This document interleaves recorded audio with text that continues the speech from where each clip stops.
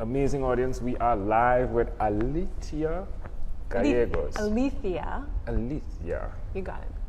Boom. Yeah. AG. What's that? AG. That's me, AG.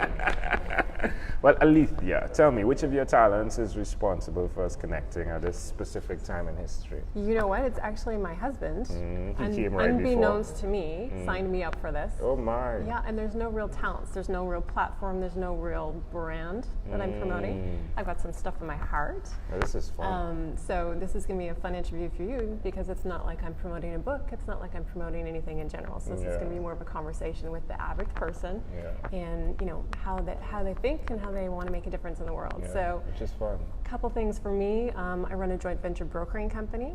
So you said all of that, and now you're going into all of this. Well, come on, you are great. You are amazing. I am. So you're running a joint brokerage company. I run a joint brokerage company, but that's an interim. So it's interesting because earlier in my career, I was in the corporate world, and I wanted out. I've got these two sides of my personality. I've got business strategy side, and I've got this heart healing side. And I'm in the process of fusing those together, but I can be very one or the other side. So earlier in my career, I was in the corporate world, and then I took a working sabbatical for about 5 years as a massage therapist. Absolutely loved it. Right now, I find I'm in the opposite place where I'm, running my own joint venture brokering company, and doing some very high-level deals with people all over the world. But that's my transition into my heart-centered work, which I'm just giving myself time to explore and kind of get my path. Yeah, so that's where I am right now. So who did you learn the skill of compassion from? My mom would probably be the person. You have a high level of compassion, don't you? Do you have pets? I don't, but I grew up on a farm, so I had plenty of pets. Okay. Where did you grow up? Like what state? Cold Lake, Alberta, Canada. Right. Yeah. Right. So yeah. Oh, it's cold up there. That's why it's called Cold Lake. we had 8 months of winter, and so it was really. And you are in Texas now. I'm in Texas now. It's an extreme change. I love the sun. I love the warmth, and it was interesting for Texas. I'm Canadian. I am compassion. You picked that very well. I'm very compassionate, very tender-hearted, and I was nervous about Texas because from Canada, Americans in general can be a little more. Yeah. Okay.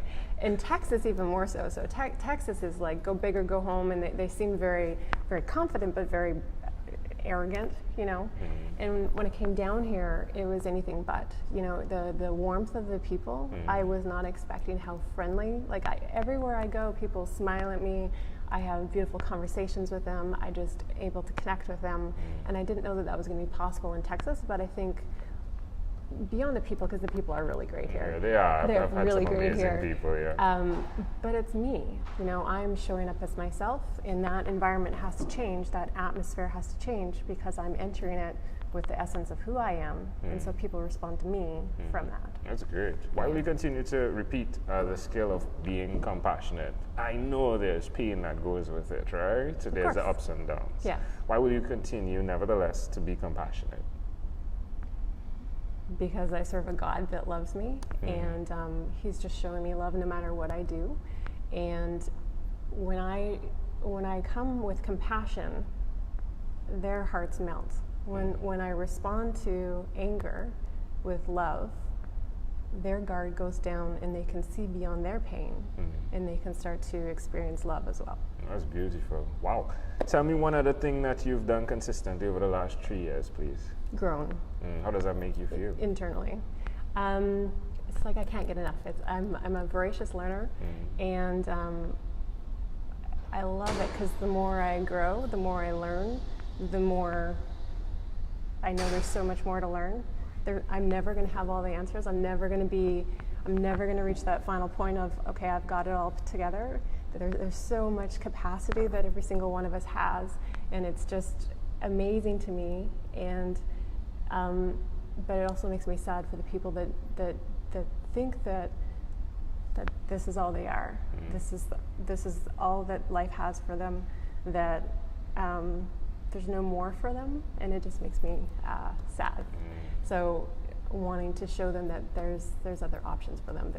There's a whole other reality for them. Yeah. Yeah. Why would you suggest someone that's listening do what you've done by encapsulating who you are and representing that boldly, but yet compassionately? So what was the question? Yeah, why would you suggest that someone that's listening do So why be compassionate and be bold? Yes. You know, you're actually going to have your own gifts. You know, compassion is something that I was, my environment and how I was created, compassion is one of my strongest characteristics or traits. And I believe everybody has that ability to be compassionate, and we're kind of called to be compassionate at some level. But the truth is, you probably have a different characteristic that is going to be your primary characteristic, and I just encourage you to embrace that. When you are living as your authentic self, you shine so bright that nobody could ever hold you down. When you are living from the core of who you are and your heart and who you were created to be, it just, people are drawn to you. They just can't get enough of you. They're just captivated by you. And for me, that's compassion. And I believe everybody can be compassionate, but honestly, it's for each person, there's a different essence about each person. I love that. Yeah. I love that. Let's switch gears. Okay. Let me invite you into my time machine that is surrounded with beautiful warm blue Caribbean water. Oh, I could be there right now. I know. Yes. What is your earliest childhood memory? Earliest childhood memory. You know, there's not one really coming to mind, but I was just discussing with my husband one recently. And it was when I was 4 years old, just before 4, and my appendix burst. And it's a life-threatening condition where if you don't handle it right away, you die. And I was in a small farming town, and so my mom had to drive half an hour to a hospital. And from there, they wanted to air vac me to a city that was 3 hours away. And I would have died. And so my doctor that delivered me as a baby said that she would operate on me. And so my mom took the chance, my parents took the chance and let them do that. So that was my memory, but as this little 4-year-old, so you picked up that I'm compassionate, right? As this little 4-year-old, I was in so much pain, right? And they have to make you get up and walk around and all these things. But there was another little girl there that was similar to my age. And she was from an Indian reserve. So in Canada, there's a lot of Aboriginals, there's a lot of reserves, and there's a lot of racism because of that.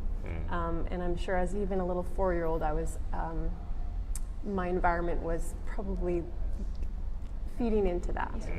And this little girl was so mean to me, and she was just not a nice little girl.